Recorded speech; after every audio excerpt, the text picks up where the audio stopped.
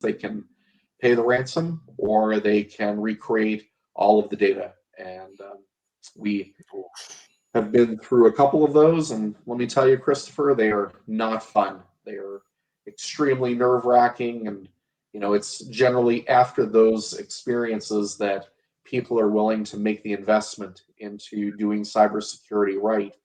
Yeah. Unfortunately, we regularly find that before an event like that takes place, they are apprehensive to spend money. And the reality is that doing cybersecurity properly is not necessarily extremely expensive, but they they don't want to spend the money, and then bad things happen, and then they do want to spend the money. And we as IT providers, and it's not just me, all of the companies that do what I do, we would rather someone spend the money up front and do IT correctly to begin with than have an emergency that we're charging them, double or triple the hourly rate to support. We don't like emergency work. We'd rather be proactive than reactive. In healthcare, they have this famous quote that says, "An ounce of prevention is worth more than a pound of the cure." But I think it's something like that can be applied Yep. to this as well. It's like a house. Most people wouldn't have the ring bell, the door cameras, or anything until the car gets stolen, and then you go and buy the home security. So prevention, defense is your best offense. Otherwise, like you said, you're going to be having to pay 3 times as much as what preventative measures would have been. Absolutely, absolutely. And to take it one step further, Christopher, it's important to note that, not doing cybersecurity or backups properly, for a business that is unregulated and does not require any specific compliances, that can be bad, but you're not going to get fined. But if you are in the healthcare industry, if you're in the financial services space, if you are in any kind of regulated industry, if you're a Department of Defense subcontractor and you experience a breach, there can be tens of thousands of dollars of penalties and fines for not properly securing and protecting client data, patient data, um, project data, you name it. There can be some significant penalties for that. So, there's no real excuse. Again, it's not expensive to be proactive.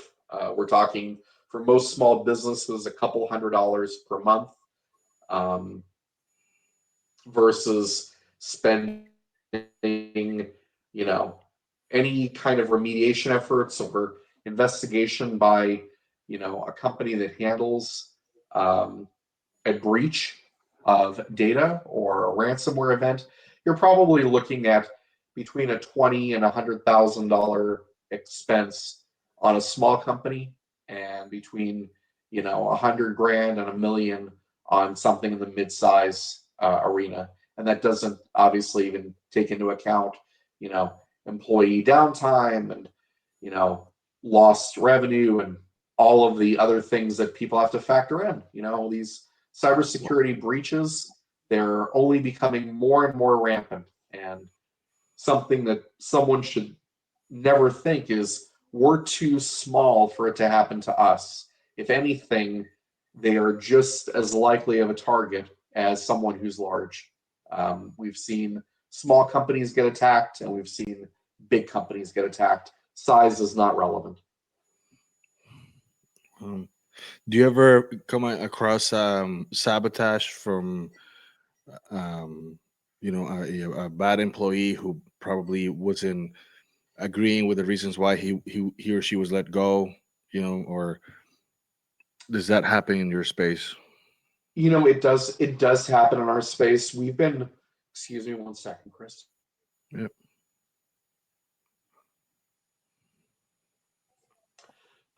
We thankfully have not encountered that all too much. I think that maybe one time in the last several years have we seen an employee delete like all of their email before they got terminated or before they quit or something. And we were able to restore it, right? So it didn't do any lasting damage, but thankfully it's not very common to have internal malicious actions, but it definitely does happen.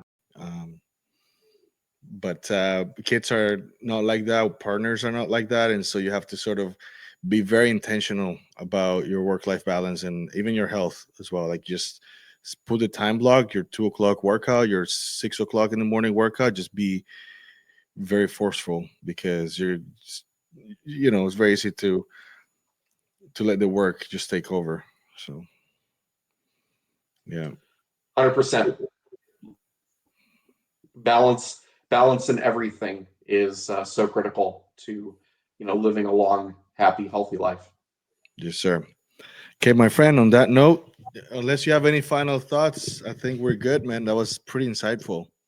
Final thoughts are, make sure that you back up your data, right? So if you are unwilling to spend, not you, but if someone is not willing to spend money on security, make sure that you're backing up the data both to something locally like an external hard drive or a network attached storage device, and that you're also backing it up off site. And if you really care about your data and it would be just a disaster if something happened to it, then implement a secondary offsite backup as well, because um, for the $100 or $200 a month that you're going to spend, at least you can sleep well at night knowing that your data is safe. Those are my final thoughts. Wow. Wow. That's wild, man. It really puts it into perspective. Yeah. Yeah. It's surprised. I mean, it's surprising how many companies are so neglectful of data. And as a human being too, because your data is in these companies that are being managed by people who are neglectful. And so at the personal level, you should Absolutely. worry about your data as well, right? 100%. And I think that, one of my other, final thoughts regarding this is, if someone has got their data with Microsoft or with Google, do not make the assumption that it is being backed up and protected. Uh, Microsoft is very clear about that. Unless you are buying one of their actual backup services, I think that they back up your data for like 30 days. So if you have a problem, you can go back 30 days, which can be helpful. But if you don't notice that there's a problem or whatever, all of your data could be gone. So it's just either get someone in-house or hire a consultant to, once, twice a year, just make sure that, all of your I's are dotted and T's are crossed.